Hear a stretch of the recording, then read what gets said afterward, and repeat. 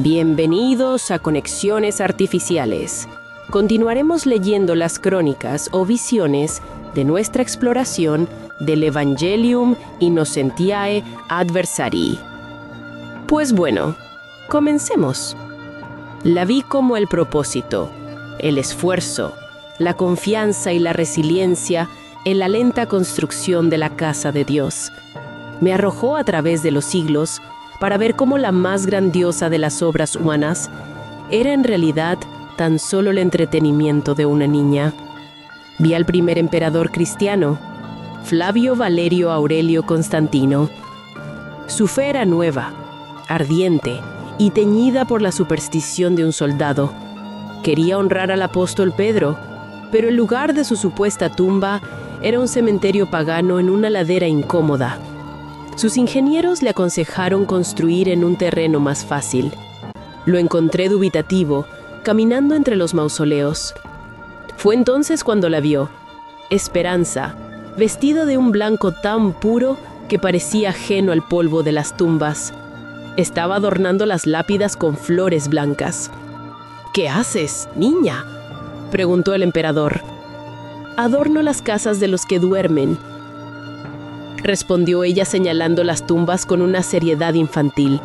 «Se ven tristes». Y con esa semilla de piedad necrófila, Constantino selló su decisión. Ordenó mover miles de toneladas de tierra, profanando docenas de tumbas paganas para nivelar el terreno, construyendo el primer santuario no sobre la conveniencia, sino sobre la reverencia a un solo cadáver, para adornar su descanso eterno. Y vi al final de su vida cómo este hombre que había trastocado una necrópolis entera por un sepulcro, moría lejos de su gran obra, en un palacio de Asia Menor, recibiendo el bautismo en su lecho de muerte, un emperador de tumbas, sin una propia en el lugar que él había consagrado. 1000 años después, en el corazón febril del Renacimiento, la Basílica de Constantino era vieja, se caía a pedazos, un recordatorio de una piedad humilde que el nuevo Sirio despreciaba, y vi a Giuliano della Rovere, el Papa Julio II, un hombre cuya alma ardía con la misma ambición que la de los Césares. Para él, la vieja iglesia no era una reliquia sagrada, sino una cicatriz en el rostro de su Roma. Anhelaba un monumento eterno para su propio legado. Lo encontré en sus aposentos, con los puños apoyados sobre los planos de una nueva y colosal basílica. Pero sus cardenales dudaban. Demoler el santuario más antiguo de la cristiandad era una blasfemia. En medio de la discusión, henchido de orgullo, el Papa golpeó la mesa. «¡Será la obra más grande de la cristiandad!», gritó. El grito atrajo la atención de Esperanza, que jugaba en un rincón con un globo terráqueo. Su vestido era de un blanco tan perfecto que parecía no pertenecer al mundo polvoriento de Roma, tan impecable que parecía repeler la luz en lugar de reflejarla. Ella volteó a verlo, no con asombro, sino con confusión. «Mi papá dice que la obra más grande de Dios son los mortales, pero que algunos mortales pueden ser más grandes que Dios». Un silencio helado cayó sobre la estancia. Los cardenales retrocedieron horrorizados por la blasfemia, pero Julio II no oyó una herejía. Oyó la absolución que su alma soberbia anhelaba. Vio en los ojos de Esperanza la justificación divina para su propia ambición desmedida. No era pecado, era su destino. Con una nueva y terrible luz en su mirada, silenció a sus cardenales y dio la orden. Y vi el comienzo de la demolición. Vi a los obreros derribar muros milenarios, como las antiguas columnas traídas de Grecia se partían al caer, como los mosaicos de siglos de antigüedad se hacían añicos contra el suelo. Fue un acto de matricidio arquitectónico, celebrado como el nacimiento de una nueva era.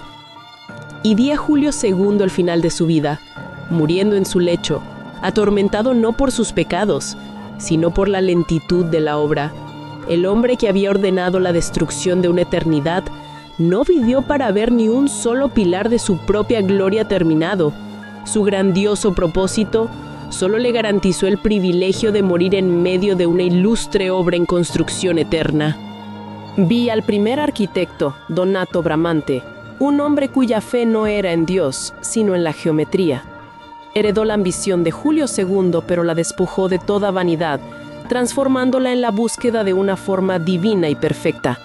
Una masiva cruz griega, perfectamente simétrica, coronada por una cúpula que rivalizaría con los cielos. Su propósito era plasmar el orden inmutable del cosmos en piedra. Pero lo encontré de noche, solo, en medio de los cimientos, una herida abierta en Roma. Estaba arrodillado, midiendo ángulos a la luz de una antorcha, atormentado por el miedo. La escala era sobrehumana.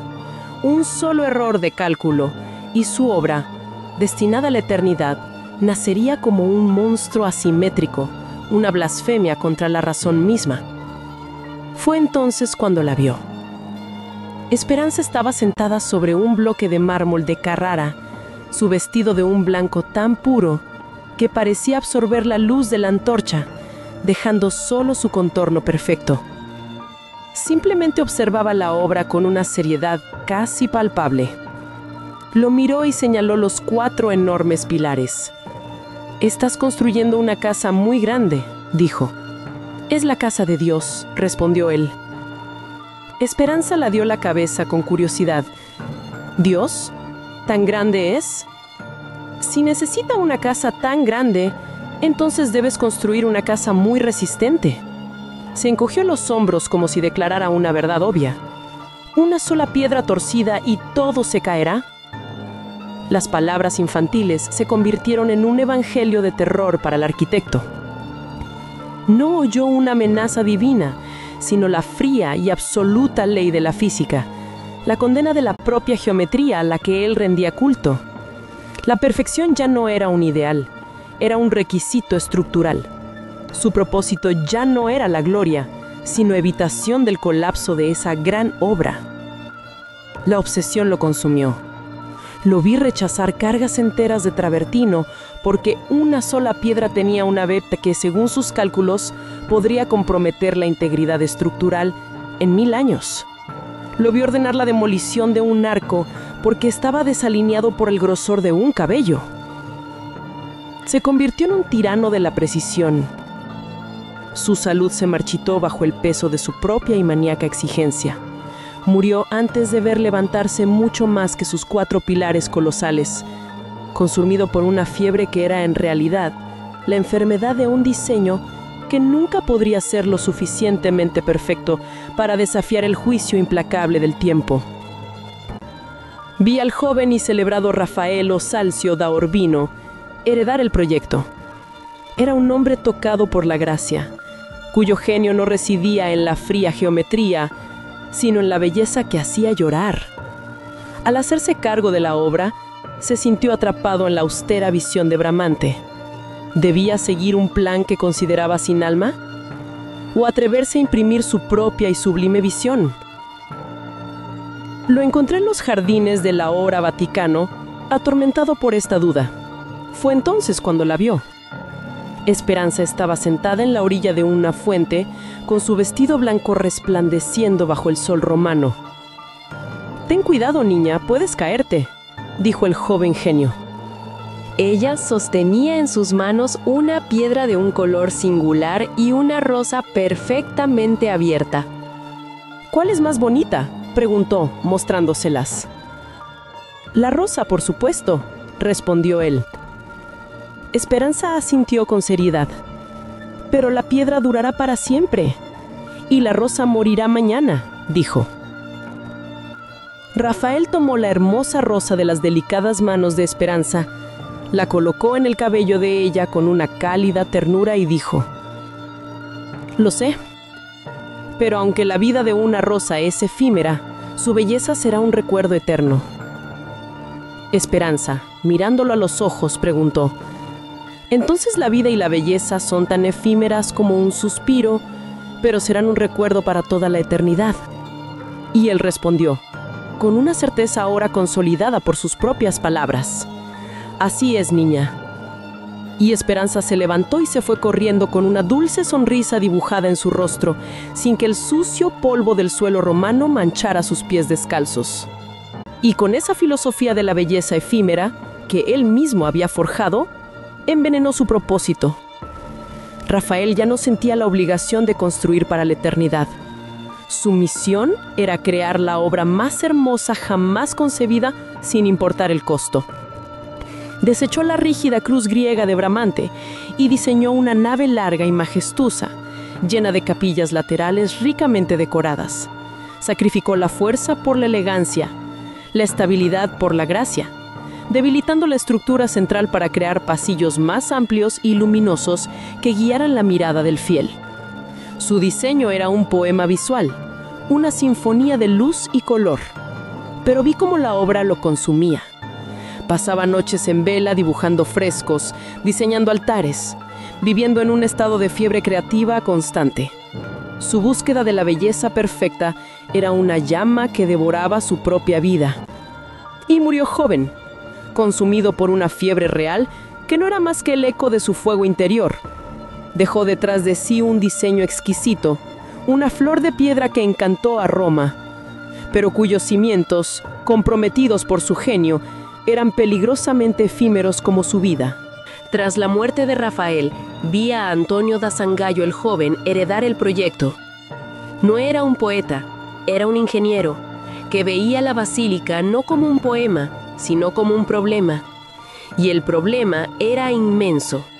El diseño de Rafael era un desastre estructural y los pilares originales de Bramante peligrosamente insuficientes. Durante años lo vi sumergido en un trabajo hercúleo y sin gloria. No diseñaba fachadas, reforzaba cimientos, no levantaba naves, engrosaba los pilares de Bramante y las estructuras de Rafael con una metódica y lenta tenacidad. Era un trabajo de ingeniero, necesario pero invisible, que consumía años y fortunas. Y lo encontré una noche, cubierto de polvo de piedra, frustrado. Había hecho la estructura segura, pero su propia visión, su legado, estaba perdido en un mar de correcciones. Fue entonces cuando la vio. Esperanza estaba en los pasillos, con su vestido de un blanco tan puro que parecía repeler el polvo del taller. Estaba de rodillas, creando su propia casa de Dios en miniatura con algunos desechos de mármol. Con una concentración total, colocó la última pieza y susurró: «Listo, ahora es perfecto». Sangallo, curioso, se acercó. «¿Qué es perfecto, niña? ¿De qué hablas?». Ella lo miró, señalando su pequeña construcción. «Mi plan», respondió. «¿Cuál plan?», contestó él. Eran solo un montón de bloques ordenados en una bonita casita. «El plan para crear mi casa de Dios perfecta», dijo ella con obviedad. «Si puedo imaginarla así, entonces será más sencillo crearla. Además, así todos podrán saber cómo quiero que sea». Fue una epifanía. «Tienes razón, niña», dijo él con una nueva luz en sus ojos. «Así todos sabrán cómo imagino la casa de Dios perfecta». Esperanza lo miró, confundida. «Pero esta es mi casita y yo quiero que se vea así. Tú puedes construir tu casa como quieras».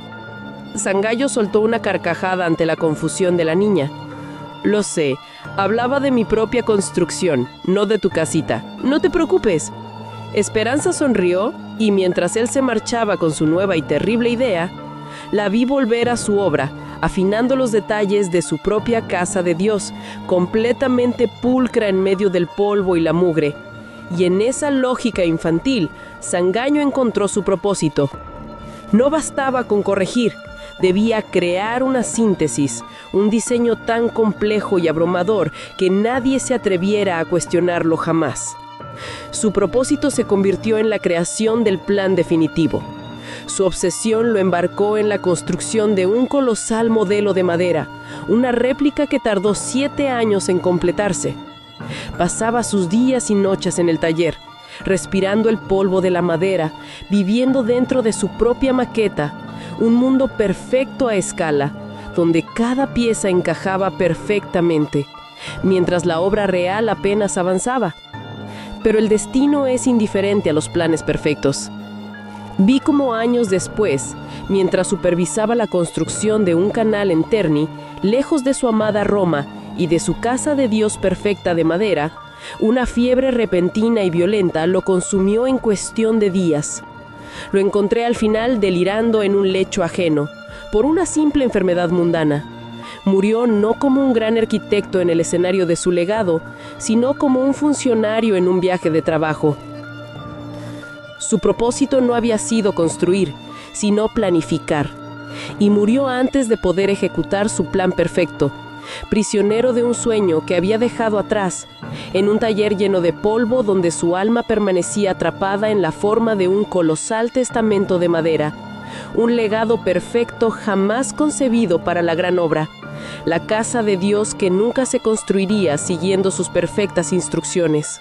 Y tras la muerte del planificador, vi llegar a un viejo y amargado Miguel Ángel Buonarroti, ya una leyenda consolidada de 71 años. Como si fuera un prisionero, fue arrastrado contra su voluntad de vuelta a Roma, forzado por el Papa a hacerse cargo del proyecto. Era un hombre solitario, cuya única familia había sido siempre su arte. Lo vi por primera vez en el taller, de pie ante el colosal modelo de madera, y vi cómo escupía al suelo con desprecio. Un laberinto oscuro, propio de los godos, gruñó. Lo encontré esa noche en su estudio, arrojando los planos de sus predecesores a la chimenea con una furia purificadora. Fue entonces cuando la vio. «Te faltó este», dijo Esperanza, de un blanco tan puro que no reflejaba las llamas, sino que parecía absorberlas, inmutable ante el calor y el humo, ofreciéndole un último fragmento. Miguel Ángel, desconcertado, lo tomó. «¿Quién eres, niña? ¿Qué haces aquí?» «Estaba viendo la casa de Dios de madera», respondió ella, refiriéndose a la maqueta. La furia volvió al rostro del viejo maestro. «¡Ja, ja! ¿Esa basura? Yo no construiré la casa de Dios. Yo construiré algo digno de mí, digno de Miguel Ángel, y quemaré ese patético intento de obra maestra». Vi cómo el rostro de Esperanza se contraía en un puchero. «Pero es muy bonita. Me gusta mucho jugar con ella», dijo, con los ojos llenos de una tristeza a punto de convertirse en llanto. El viejo titán, que había desafiado a rivales, papas y obispos, se sintió extrañamente desarmado. «Oye, niña, ¿no vas a llorar, o sí?», dijo, frustrado. Ante el silencio de ella, suspiró con fastidio. «Está bien, puedes jugar con la casita de Dios», dijo, la palabra denotando sarcasmo. «No la quemaré». Esperanza sonrió, la sonrisa de quien ha ganado un duelo. Vi cómo trabajaba con una furia purificadora, demoliendo el muro exterior de San Galio, volviendo a la pureza de la cruz griega de Bramante para que fuera el pedestal de su titánica cúpula. La presencia de Esperanza se volvió una constante inexplicable en su estudio. Aparecía sin hacer ruido, siempre atraída por la maqueta de madera, y pasaba horas en silencio jugando con la obra de San Galio, convirtiéndose en la única y silenciosa compañía de Miguel Ángel. Una noche, entusiasmado, le mostró su nuevo plano. Ella se levantó de su casita, curiosa. «Vaya, tu casa de Dios es más bonita. Parece imposible, pero es hermosa esa cúpula en el cielo». «¿Lo ves, niña?», presumió de él, su ego hambriento de cualquier elogio. «Por eso soy Miguel Ángel, aquel que esculpió la Piedad y el David, el que pintó la bóveda Sixtina». Ella lo interrumpió, con genuina confusión. «¿La qué? ¿Quiénes son ellos? No los conozco». Una muesca de desagrado cruzó el rostro del maestro. La leyenda viviente humillado por la ignorancia de su única compañera. «Oye, niña, mejor vete a jugar con tu casita de Dios», dijo, devolviendo la burla. Y se volvió a su plano, a su guerra contra la piedra y el tiempo. Y así, el colosal modelo de madera de San Galio, la obra de 7 años, se salvó de las llamas, no por su mérito, sino para servir como el juguete de una niña. Y aunque Miguel Ángel se sumergió en su propia y furiosa creación, ordenó que la maqueta fuera trasladada a un almacén apartado, intacta. Quizás en el fondo de su alma solitaria, esperaba que la extraña niña que se había convertido en su única compañía regresara a jugar. Pero no lo hizo. Dedicó los últimos 17 años de su vida a esa guerra.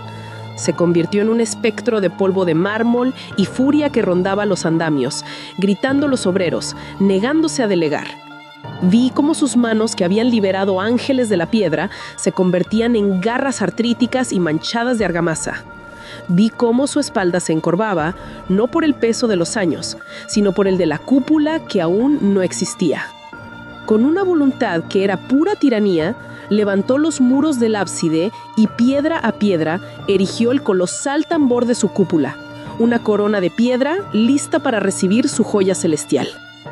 Pero el tiempo, el único enemigo al que no pudo someter, finalmente lo reclamó. Lo encontré al final en su lecho de muerte, con 88 años.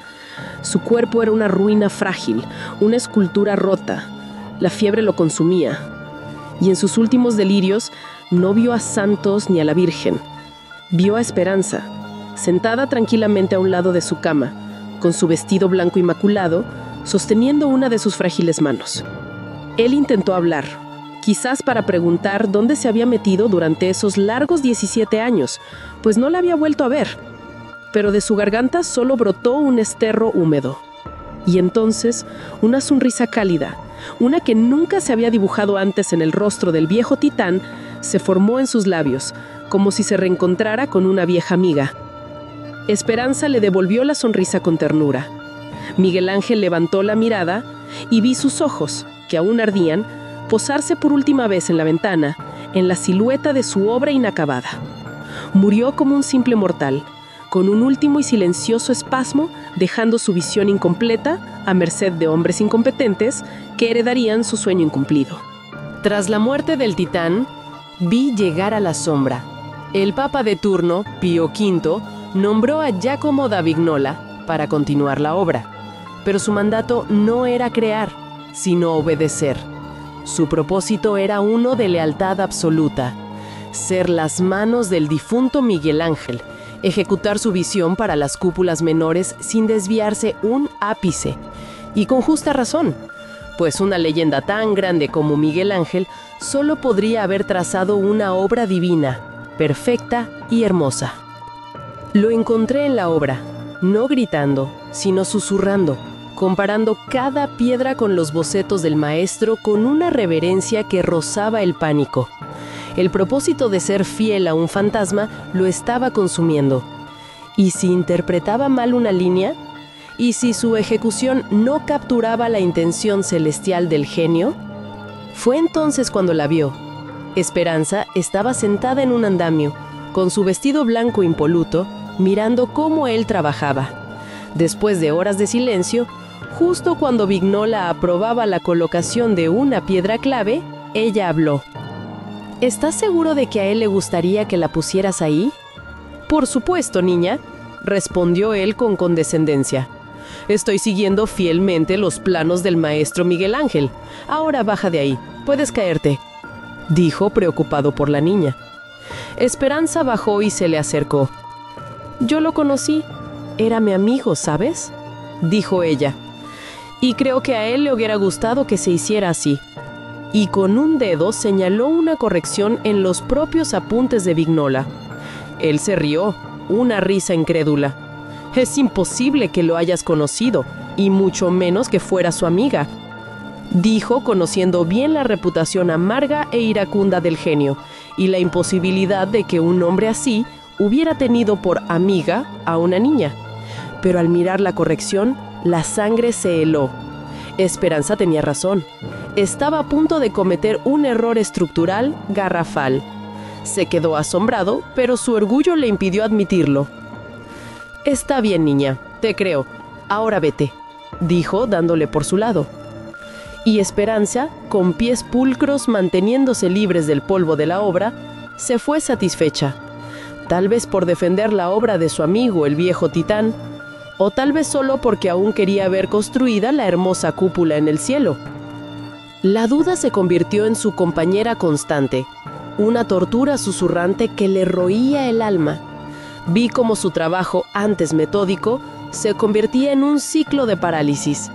Pasaba semanas enteras verificando un solo cálculo, rodeado de pergaminos, susurrando los nombres de Miguel Ángel y Esperanza como una letanía demente. Vi a los canteros esperar durante días una orden que nunca llegaba. Ordenaba izar un bloque de travertino y justo cuando estaba a punto de ser colocado, gritaba que lo bajaran, atormentado por la visión de una niña que señalaba un error que solo él podía imaginar. Su propósito, la lealtad, se había convertido en una prisión. Se negó a tomar cualquier decisión creativa. Su única función era replicar, no crear.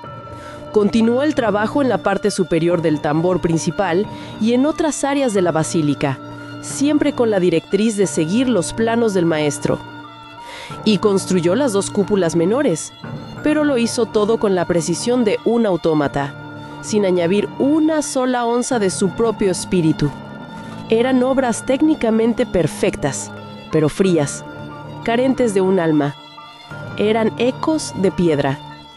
Y lo encontré al final, en su lecho, consumido por una simple fiebre.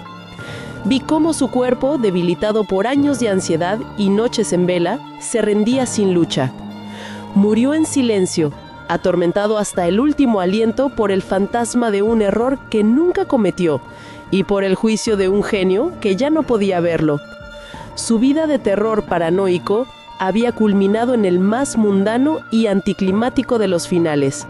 Su único legado, una nota a pie de página en la historia del hombre al que sirvió con tanta fidelidad que se aniquiló a sí mismo. Tras la muerte del leal paralizado, vi llegar al ejecutor. El papa de turno, Sixto V, impaciente, había exigido que la cúpula se completara. Y la tarea recayó en Giacomo della Porta, un hombre cuya genialidad no residía en la visión, sino en la acción. Su propósito era simple y brutal: hacer el trabajo, terminar lo que muchos otros antes que él no habían podido concluir. Lo encontré en su estudio energizado, estudiando los planos de Miguel Ángel con la admiración de un discípulo y la confianza de un maestro. Sabía que podía construirla. La única pregunta era: ¿debía construirla exactamente como el maestro la había diseñado? ¿Un hemisferio perfecto? ¿O ejecutar su propia obra, su propia e imponente visión de perfección? Fue entonces cuando la vio. Esperanza, de un blanco vibrante, recorría los pasillos. Se detuvo y miró hacia el hueco oscuro del cielo inacabado. Della Porta interrumpió su trabajo. «¿Qué estás viendo, niña?» Ella volteó. «¿Falta mucho para la cúpula en el cielo?» Él sonrió entusiasmado. «Yo la construiré, terminaré la obra de Dios, y será la más hermosa. Podrás venir a verla cuando esté terminada». Esperanza se acercó a su mesa y con una curiosidad penetrante señaló un detalle en sus bocetos. «La harás más alta, ¿verdad?» El tono no era de admiración, sino de juicio. Un frío recorrió a Della Porta. Intentó desviar la conversación. «Ya es tarde. Deberías regresar con tus padres». «Mi papá me deja venir a jugar aquí», respondió ella, con una mirada de reto. Molesto, él replicó: «No deberías estar aquí, niña». Esperanza se dio la vuelta para irse, pero se detuvo en el umbral. Miguel Ángel era un alma amable y cariñosa, dijo, su voz resonando en el silencio, y un genio al que nadie igualará, añadió, defendiendo la obra de su amigo el viejo titán. ¿Amable? ¿Cariñoso?, se preguntó a sí mismo, conociendo bien la reputación del maestro. Pero las palabras de Esperanza se clavaron en el orgullo del ejecutor. Respetaba al genio, sí, pero Miguel Ángel ahora era un cadáver, y él estaba vivo. No sería recordado como un simple copista, sino como el hombre que se atrevió a superar al maestro y mejorar la obra del genio. Con una nueva y amarga determinación, tomó su decisión. La cúpula no sería un hemisferio perfecto, sería más alta, más puntiaguda, más imponente. Y vi cómo la cúpula se alzaba, no como una obra de piedad, sino como una conquista militar. Della Porta era un torbellino de eficiencia. 800 hombres trabajaban día y noche bajo la luz de las antorchas. En solo 22 meses, la corona de piedra estuvo en su sitio, un triunfo de la ingeniería nacido de la prisa y la soberbia, cerrando el gran ojo que había mirado al cielo durante décadas. Pero vi a Della Porta años después, de pie bajo su obra maestra, dentro de una basílica que seguía siendo una caótica obra en construcción. No había alegría en sus ojos, solo la fría contabilidad de un constructor. Había completado la parte más difícil, sí. Había llegado más alto, pero lo había hecho traicionando la sagrada geometría de su maestro. Había cometido, con una eficiencia despiadada, el mismo pecado que había paralizado a Vignola: no concluir la casa de Dios. Y lo encontré al final, no en un lecho, sino en el camino polvoriento de regreso a Roma. Vi cómo en mitad de una conversación su rostro se contraía en una mueca de sorpresa. Vi cómo su mano se aferraba al pecho, cómo sus ojos se desorbitaban, cayendo al polvo como un saco de piedras. Murió ahí, en un instante, ahogado por la sangre que inundaba sus pulmones. Una muerte tan súbita como la velocidad con la que había construido. Su propósito se había cumplido, pero dejó tras de sí una cúpula gloriosamente desleal sobre un cuerpo de iglesia aún inacabado. Tras la muerte del ejecutor, vi llegar al funcionario. La gran cúpula estaba en su sitio, pero sobre un cuerpo aún inacabado. Seguía siendo un caos de planos en conflicto, y la iglesia, en plena contrarreforma, exigía una nave larga. Necesitaba espacio para sus procesiones. Un camino para la majestad del poder eclesiástico. La obra de Miguel Ángel, una joya para el ojo, era un estorbo para el ritual sagrado, como si se deshicieran de su memoria artística y de su gran genio. Así que la tarea recayó en Carlo Maderno, un hombre cuyo genio era la solución. Su propósito era hacer la obra útil, no hermosa. Lo encontré frente a la basílica, no atormentado por el arte, sino por la logística. Estaba enfocado en la funcionalidad. Estaba trazando un nuevo boceto perfecto. Fue entonces cuando la vio. Esperanza, su vestido blanco reflejando el sol como un destello de luz pura, corría por el vasto espacio de tierra que un día sería la nave, trazando el camino de las futuras procesiones. La vi detenerse, alzar las manos y fingir una bendición solemne, una parodia infantil del mismo ritual para el que Maderno intentaba construir. «¿Qué crees que estás haciendo, niña?», preguntó él extrañado. Ella lo miró como si la hubieran descubierto en una travesura. «Nada», dijo, y se fue corriendo, sus pies pulcros manteniéndose limpios del polvo. Maderno, al ver la actuación burlona de Esperanza, no vio una ofensa, vio una solución. La parodia le permitió visualizar el espacio en uso, el flujo de la procesión, la escala de la majestad eclesiástica. Y así, a partir de la burla de una niña, concibió el diseño final del sagrado sendero. Y vi cómo trabajaba, no con la furia de un artista, sino con el celo metódico de un funcionario. Tonelada a tonelada de travertino, vi cómo alargaba la nave, extendiendo la basílica hasta proporciones imperiales. Vi cómo levantaba su colosal fachada, un muro de poder diseñado no para inspirar, sino para abrumar, para proclamar la autoridad de la Iglesia a la faz de la tierra. Cumplió su deber a la perfección. Pero mientras la fachada se alzaba, bloque a bloque, vi cómo el crimen estético a cámara lenta, vi cómo la cúpula, la visión de Miguel Ángel ejecutada por Della Porta, la corona de la cristiandad, era devorada visualmente. Desde la plaza, su tambor, la base de su poder, quedaba oculto, su silueta decapitada por el muro pragmático de Maderno. La había silenciado a plena vista. Y lo encontré al final, un hombre anciano muriendo en su cama, rodeado de respeto y honores. Su vida había sido un éxito profesional incuestionable. Había resuelto el problema. Había entregado a la iglesia la máquina procesional que exigía. Pero en sus últimos delirios febriles, vi cómo su mirada no se posaba con orgullo en el recuerdo de su imponente fachada, sino que se desviaba con una inquietud inexplicable hacia un rincón oscuro de su mente, hacia la silueta mutilada de la cúpula que él mismo había escondido. Murió no con agonía, sino con una extraña y silenciosa sazón, la de un profesional competente que, en su afán de darle un cuerpo funcional a la obra, le había arrancado la belleza del alma, dejando tras de sí una obra aún vasta, magnífica e incompleta. Y tras la muerte del funcionario, vi llegar al escenógrafo.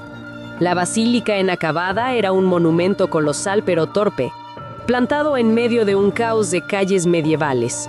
La tarea recayó en Gian Lorenzo Bernini, un hombre cuyo genio no residía en la piedra, sino en el drama. Su propósito era darle a la iglesia su teatro final y recuperar su belleza perdida. Abrumado por la emoción, ¿cómo podía crear un espacio que preparara al alma para la majestad de la casa de Dios y que al mismo tiempo ocultara la cicatriz visual dejada por Maderno?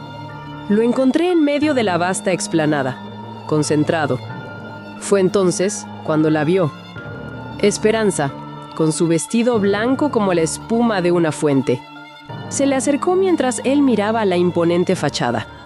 «Provoca esa emoción dulce que llaman miedo, ¿verdad?», dijo, con la voz de una niña perdida.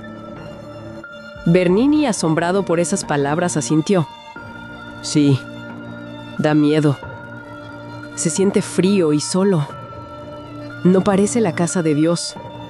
Esperanza lo miró con una extraña sabiduría.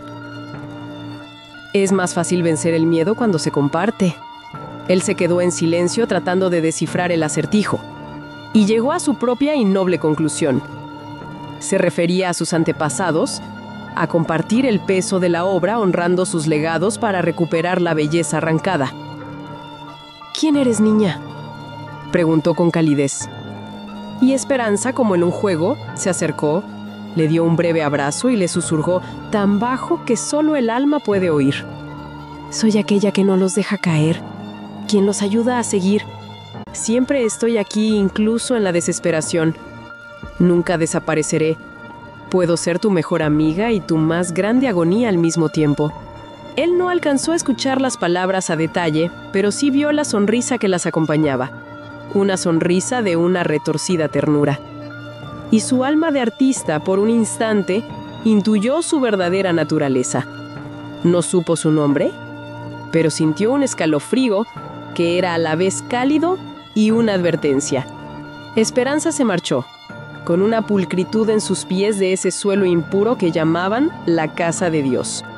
Y Bernini, aunque desconcertado, se aferró a la única parte que su mente podía aceptar: la sensación del abrazo y a honrar a sus antecesores. Y vi cómo esa revelación daba forma a su obra, convirtiéndola en un diálogo con los fantasmas. Para honrar la piedad de Constantino, erigió el colosal baldaquino, cuyas columnas de bronce retorcido eran un eco titánico de las originales. Para imponer la furia de Miguel Ángel y la audacia de la Puerta, centró todo el universo en su cúpula. Para corregir el pragmatismo de Maderno, diseñó su columnata, no como un simple camino, sino como dos brazos de piedra, que a través de la ilusión teatral de la perspectiva, hacían que la fachada pareciera más cercana y la cúpula más dominante, intentando restaurar la belleza que había sido mutilada.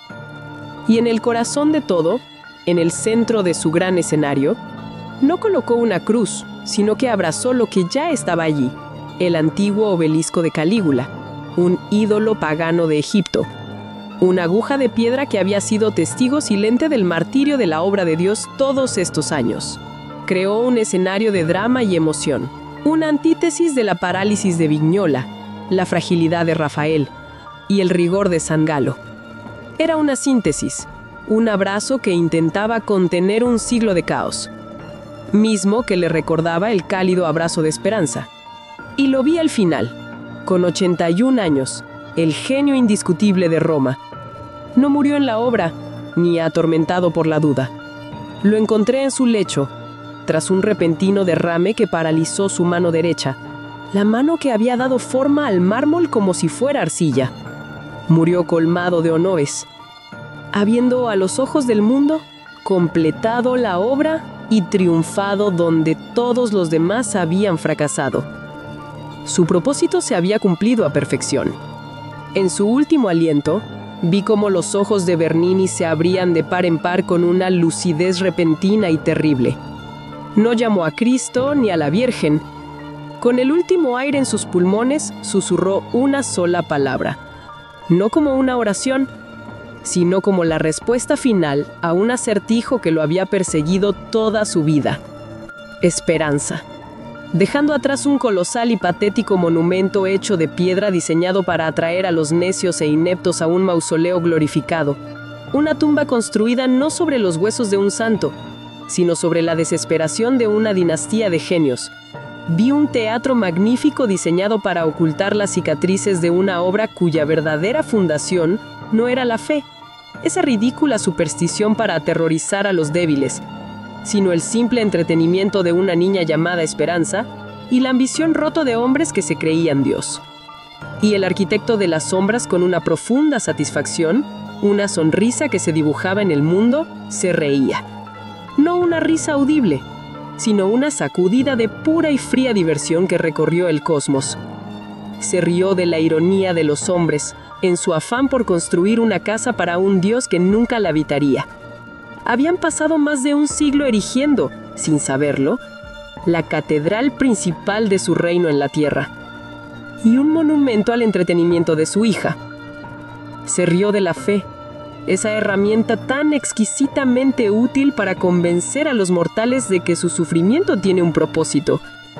Y se rió de la devoción de aquellos hombres, una devoción tan absoluta que los había llevado a la ruina, solo para que su templo más sagrado fuera en realidad un collage de ambiciones rotas, miedos y fracasos, todo orquestado por el susurro de una niña. Y su orgullo por Esperanza fue inmenso, más vasto que el universo que despreciaba, pues su dulce hija, su obra maestra de crueldad inocente, no solo había destruido a una dinastía de los más grandes genios de la humanidad, sino que había logrado que el último de ellos, en su instante final, reconociera la verdad, que la musa que los había guiado y el verdugo que los había condenado llevaban el mismo y hermoso nombre, Esperanza.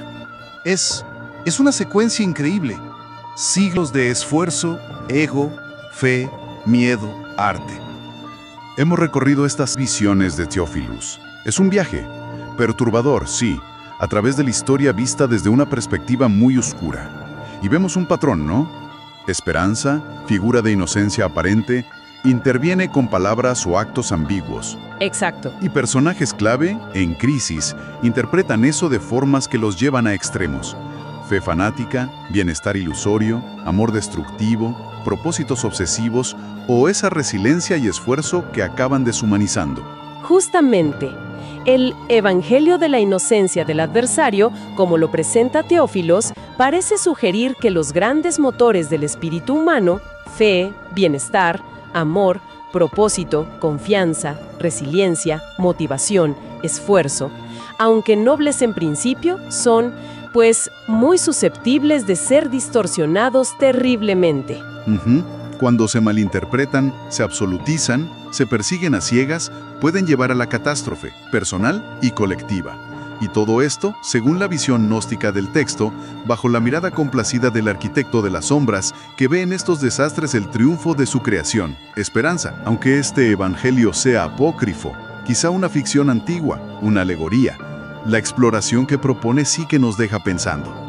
Nos pone frente a preguntas incómodas sobre nuestras motivaciones más profundas. Sin duda, nos invita a reflexionar.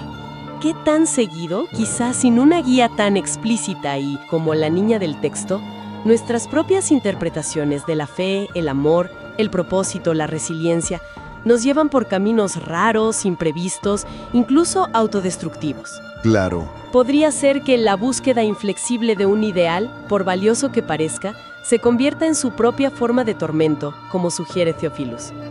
Y quizá la pregunta más inquietante que nos deja: ¿qué otras esperanzas, sutiles, silenciosas, podrían estar dándole forma a nuestro presente, a nuestro mundo, con consecuencias que todavía ni vemos?